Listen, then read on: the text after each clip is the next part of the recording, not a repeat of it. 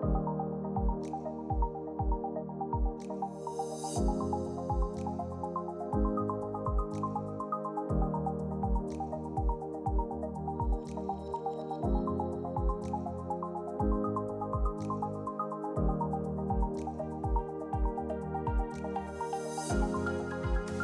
everyone. I'm Dr. Catherine Grill, and we are back for another Neolth Ask the Experts live stream event.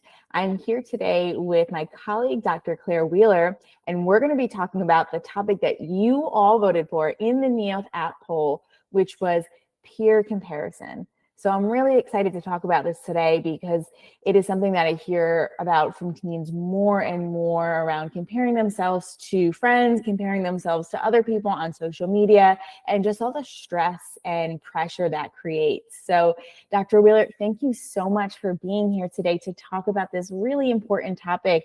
I'm wondering if you can just kick us off by saying hi to the group and then maybe just jumping right in and talking about what is peer comparison and why is it unhealthy? Thank you.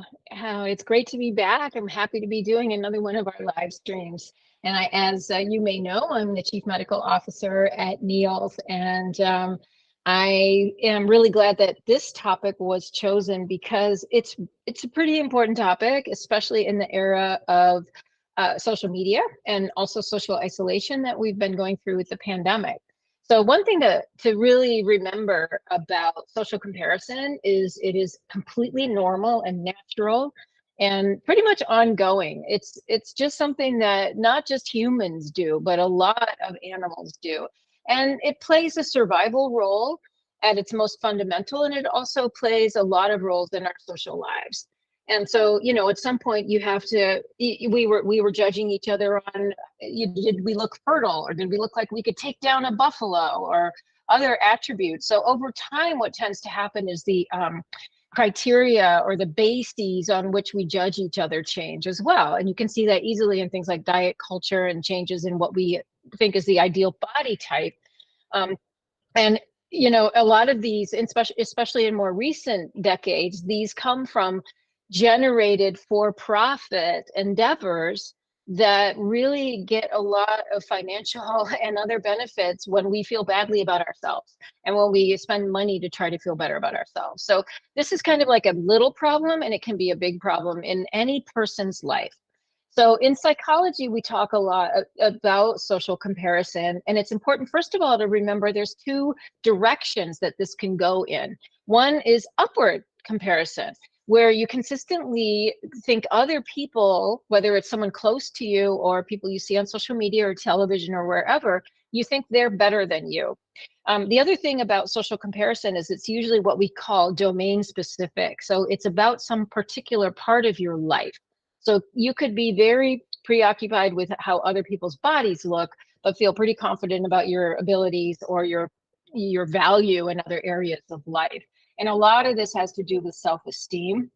And so one thing I would say is that people who struggle with self-esteem also suffer the most from social comparison, because you're just an easy mark for other people to put down, and it's easy to kind of put yourself down when you compare to other people. And so working toward better self-esteem involves looking at your social comparison habits.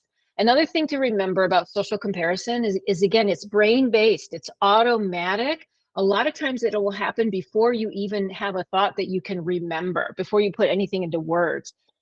You know, a lot of my female friends and I like to joke about that body scan that a lot of women do when you meet another woman, and you kind of do this scan, and some people are really obvious about it, and there it is, social comparison right there.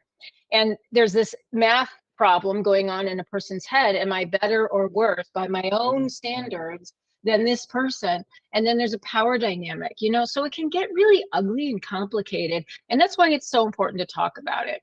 So again, upward comparison is when you consistently feel other people are better at something or better in some way than you. And that often can lead to positive things, like you find role models, or you start to identify with that person, like, yeah, she's a good athlete and I'm doing things similar. So yeah, I guess I could think of myself that way too. So those are some of the potential advantages of healthy upward social comparison. Downward social comparison is usually not healthy. That's when you think you're better than other people. This leads to a lot of political unrest, a lot of hatred, a lot of hate crimes, and a lot of violence and just unpleasant behavior in our society. And the really ironic thing about downward comparison is that it so often comes from the soil of low self-esteem, or even a history of abuse or deprivation. If you grew up in poverty, let's say, or with abusive parents, it's harder to have high self-esteem. And it's also easier really to take refuge in the things that you can sort of feel superior about and judge other people. And so again, not to give you a reason to judge yourself, because you're doing this all the time. You're making upward and downward social comparisons all the time. And so, as we say in Neolth quite often, mindfulness really helps with a lot of things. And this is one of those things, is to simply pay attention, even if you're at the grocery store or walking down the street. And we're going to talk about when you're the object of this in a minute, but when you're the person doing it, pay more attention to your process and how you do social comparison. And then you'll be more savvy when you start to see it happening, when it's directed toward you, even from people like your mom or your best friend. If you're thinking about how you do it, it's going to be easier to perceive how other people are doing it. So you can practice it silently in your neighborhood, at the store, when you're hanging out with friends, and just take note and be mindful of the judgments and the assumptions you're making about the other people in your life. Wow, so much to unpack there. It really sat with me how you talked about this was an evolutionary kind of social construct or behavior. As some of you know, I'm a neuroscientist, so I like to think about things from that perspective, because it helps kind of frame why we're doing something and take away some of the shame from it. Like, this was just something that we're kind of programmed to do, the social comparison, but it shifted over time, especially with things like social media, and it's in some ways can be detrimental to our mental health. So I liked how you made that distinction as well between ways which it can benefit you and it can kind of help you motivate yourself, be aspirational to become a better person, but you need to be really mindful that you're not putting other people down or yourself down in the process, and how all of this ties in to your self-esteem. So I want to jump now into what you were just talking about a little bit, whether you're the one who's doing this or you're the one who's on the receiving side of this social comparison. Can you talk about the difference between when this is going on kind of with friends, why you might be doing this to other people, or if you're on the receiving end of this, if friends or other peers are doing this to you? Yeah, there's sort of like 4 different sort of scenarios here that we're talking about. And I'm kind of making an artificial distinction by thinking about how we do it with our friends and family, people we actually interact with and care about and are close to. I think it's important to look at social comparison there, because it does happen even there. And it's more changeable. Like, you can work with the other person on this issue and build a healthier and better relationship with them if you can discuss these things openly. And then next in a minute, we'll talk about, well, how do you manage it when it's not something you can deal with directly or communicate in a loving way with somebody. So we've all heard of frenemies, right? A frenemy is someone who ostensibly or on the surface is your friend, but they undermine you. They undermine you either directly to your face or even worse yet, socially. And undermining a frenemy is someone who teases you about things that they know that you don't like being teased about. Or I even had a frenemy once who tickled me, and I hate being tickled. And it's just not funny to tickle someone who's not ticklish, right? You can, and this is where we get into the 4 quadrants thing, where with a friend, you could be the person who's judging yourself better than your friend, or you could be receiving that from someone. And so like I said, it can get a little bit complicated, but it's really important, first of all, if you're the person sort of frequently looking at your friends and saying, oh, I'll never be as popular as her, I'll never be as fit as him. That's something that you can work on with that person, not to burden the relationship or the person with it. But first of all, it's important to be mindful. How do you communicate that sense of them being better than you? And if this person really is your friend, then they would find that concerning, and they would want to talk about it with you. And so this is a barometer of friendship, really. If I find myself consistently feeling like less than someone that I really care about and want to spend more time with, I might start a conversation with them about that. Like, wow, I'm so proud of the way that you're able to do that. But sometimes I really feel badly about myself because I just don't have that talent at all. And here's where this domain specificity comes in, or the area of your lifeness comes in, because a good friend will say, yeah, this is something I worked on really hard at and I'm really good at, and I'm happy to help you in any way. But I also noticed that you're really good at this. And, I would love to be better at that. Or I have no interest in getting good at playing the piano, but I think it's awesome that you're good at playing the piano. So this is where you kind of have a loophole in the whole social comparison thing, where you can really focus on what part of your life is it that you feel inferior or superior in, and how can you address that if it's causing you discomfort. Again, downward social comparison often makes a person more egotistical, less kind, less generous, and generally just someone you don't want to be friends with. So mostly what we're talking about here is upward social comparison, where you feel like I could be better at this. I could be at this. But letting that infect and sully your personal close relationships is not helpful, because it erodes the trust and the comfort that you can take in that relationship. So what I would say is, when it's friends, regardless of what direction or wherever it's going, that friendship should accommodate a conversation.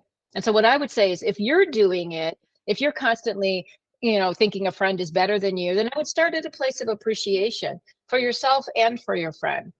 Like, and again, engage in the conversation from that place. Like, I really appreciate this about you. I really want to do this more about myself. If your friend is doing it to you, like constantly commenting on how fit you are and wishing they could be that fit, start from a place of kindness. And, and again, remember the domain specificity piece. And so when you're helping someone through this, it's important to remember what's that person really great at, and how can I pull that into the conversation? And then how can we both sort of look at the fact that we're both very complicated, multifaceted people with bumps and, pros and cons. Every person is. And how do we work together to be connected in a healthy way with both of them active in our relationship? Awesome. A lot of great advice there. What I'm really picking up on is that what you call domain specificity. I can't even say it. Being good at one thing. That's how I think about it. And it's this confidence that you build over time. I remember being younger and even talking to a lot of students now, right? And they, want to be the best at everything. I think there's a lot of pressure to just be the absolute best in such a wide range of activities, and that's not realistic. So part of it is having that conversation with yourself and setting those realistic expectations, and over time exploring and finding, like, this is my thing, this is my area, this is what I'm good at, and being able to let the rest go. But another bit is also building up that confidence in being okay with your friends or your peers being good at things that you're not good at. So kind of claiming your space and letting them claim their own space, and just having that confidence where, you don't have to be the best at everything, which I imagine just takes a lot of time and practice. So the last thing I wanted to talk about today, because we talked a bit about your frenemies and close friends and that kind of struggle back and forth, but what about social media? There's a lot of comparison with people like you don't know or you've never even met. Is that similar, or is that different to this comparison with friends? I have, with a lot of respect, I am baffled by the influencer phenomenon. In that people will be influenced by someone they've never met, who is only presenting a highly edited and carefully curated image of themselves. But another thing to remember is, even before social media and at all times in human interaction, we do construct a persona that we present. Like the persona, I'm presenting a persona right now, a professional persona doing my job. And that's different from the persona I would present in other settings. But the point is that when we know that we're going to be judged socially or evaluated socially or even seen socially, that persona comes on. And again, it's usually pretty automatic, and it's not something we put a lot of thought into every time we do it. And so that can be protective for us But the important thing is to recognize that everyone else is doing it too. And they are, if you just go to the CDC or the National Institutes of Mental Health website and look at the prevalence of depression and anxiety and PTSD and eating disorders, you'll see that we do not live in a 100% mentally healthy country, and you are not the only person struggling, right? So sometimes just bare facts can be helpful in knowing, well, it's statistically impossible that all these people are living these beautiful, wonderful, stress-free lives. And so when you start to be more realistic about who you feel you really are and who you're presenting to the world, again, practice on yourself. How do I change when I'm with other people? What things about myself do I prefer to put on display, and what things do I prefer to hide? And then remember, every time you're with a group of people, everyone else has done that calculation too. Maybe not in, consciously, but it's going on. And on social media, take that and multiply it times, 1,000.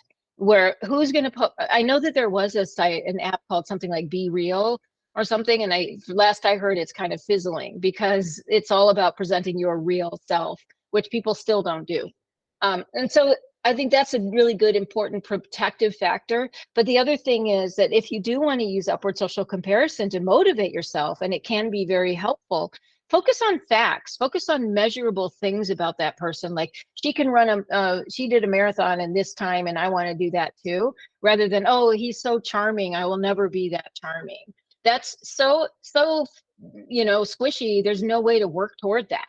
You can work toward goals. So, and we've talked about this a lot in these videos and other places on Neolth about goals and self efficacy. And it's really hard to work toward a goal to be more charismatic, but you can work toward a goal toward being better read, having a better vocabulary, learning how to relax in social situations. There's a lot of things that you can do to address maybe some of the things that you feel you could be doing better.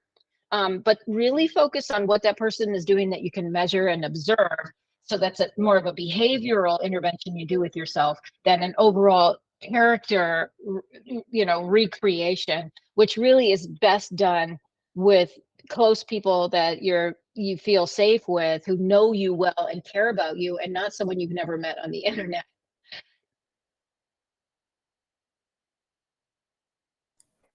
Definitely. So much here. Like a lot of people, I'm probably going to have to go back and rewatch this conversation and really think about it. And maybe we'll even have a part 2 if you all vote for that next month. So a couple things that we learned today, just in summary, thinking about the different types of comparison, the upward comparison, thinking that other people are better than you, downward comparison, thinking that you're better than other people, which typically isn't great. So really being mindful when you're doing one of those types of comparisons as to why, what's the motivation behind it? And is it something that's impacting your relationships or self-esteem? That's not a great thing. But if it's something that's helping you kind of motivate yourself to become a better person with that upward comparison, then it might be okay. So peer comparison, it's not all black and white, just good or bad, but it really seems to come on this spectrum of sometimes better for you, sometimes not as good for you. Really building confidence. We talked about being good in one area, finding that area, and also being proud and supportive of family and friends who are good at things in their area that you might not be good at, and just building up that self-esteem and confidence, which takes time, to be okay with other people being better at you than something else. That's not a problem. And that happens to all of us because we just can't be the best at everything. And lastly, I really liked what you were talking about of these online personas. Definitely a thing in personal life, professional life, social media, school, etc. And just understanding that there are personas versus the real self. I think this is where a lot of that social media comparison comes in, when we're thinking about our real self, our vulnerabilities, and then we're comparing that to a persona of someone else we see online. That's just not somebody's real self. So just being mindful of that, and maybe having some sort of saying or mantra every time you're doing that on social media, like, is this a persona? Is this a real self? And making sure you're not making those comparisons there. So much great stuff. Thank you again, Dr. Wheeler. Anything that you'd want to share with the group in closing? It's a pleasure as always. And I would just remind you, everybody's good at something, and you're unique. Each one of us is unique and has a special mix of gifts to bring to the world. And so never forget that. And thanks for being here with us. Thank you, Dr. Wheeler, and thank you everyone for being here with us. This was another Neolth Ask the Experts live stream event. As a reminder, you can vote for the topic of these conversations every month anonymously on the Neolth app in our community poll. So make sure to vote for the topic of April's live stream, which will be happening in about a month from now, and we'll see you all later. Thanks, everybody. Bye-bye.